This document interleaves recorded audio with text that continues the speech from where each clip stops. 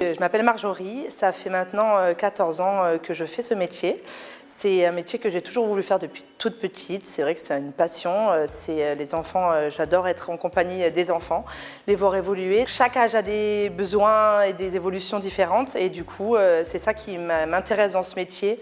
C'est ça que je voulais faire depuis toujours. Les qualités de la scène, donc l'intérêt, c'est d'être vraiment à l'écoute, être patiente, essayer de leur apporter le nécessaire, être passionnée. Et voilà, moi, c'est vrai que je suis vraiment passionnée par mon métier.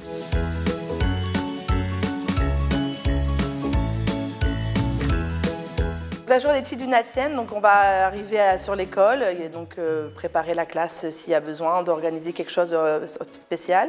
Après donc on a l'arrivée en classe, donc pareil suivant l'organisation de la maîtresse. Nous on a le temps d'atelier, ils ont un regroupement avec la maîtresse, pareil le bonjour avec la maîtresse, ils apprennent plein de choses, la date. Du coup arrive à 11h30 le temps de la pause méridienne, donc on les amène, donc notre réfectoire est à l'étage en dessous, donc on descend l'étage, on refait un passage de propreté pour qu'ils arrivent bien propres à table.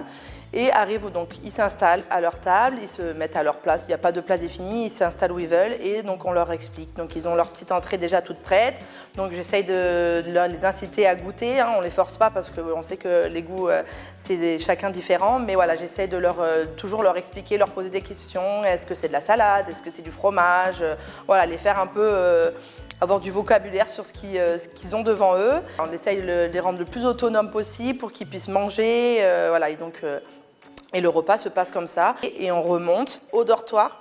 On essaye de garder le rituel maximum pour l'endormissement, pour qu'ils s'endorment dans de meilleures conditions, qu'ils s'endorment entre guillemets le plus vite pour qu'ils puissent dormir le maximum et être reposés à fond, parce que c'est vrai que c'est des petites sections.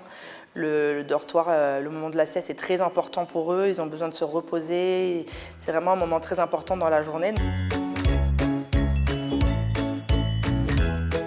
Alors moi je prépare mes activités en accord avec la maîtresse ou en accord s'il y a un thème ou je sais que moi des fois je propose à la maîtresse si cet atelier ça lui convient. Voilà, c'est vrai que c'est un travail en binôme. Par exemple on a eu le moment du carnaval, on a travaillé sur des masques, on a beaucoup de matériel, de la peinture, de l'encre, du crayon tout simplement ou des feutres. Je fais toujours un modèle à l'avance pour qu'ils aient visuellement quelque chose qui leur parle plutôt que des simples mots, surtout pour les petites sections. Le but c'est de leur faire plaisir aussi et que tout se passe bien, donc on essaie de faire des choses jolies et qui marchent avec la pédagogie et l'évolution de l'enfant et leur autonomie. Puis à partir de 16h30, je commence l'entretien de la classe. Alors si c'était à refaire, je referais exactement la même chose parce que moi j'ai commencé en étant apprentie, donc j'ai passé mon CAP sur 2 ans en apprentissage. J'ai eu la chance de rentrer à la ville de Nice qui est une grande ville et du coup je suis très contente de mon parcours, j'ai appris plein de choses. Je continue d'apprendre plein de choses parce que notre métier n'est jamais acquis. Les enfants ne sont jamais les mêmes.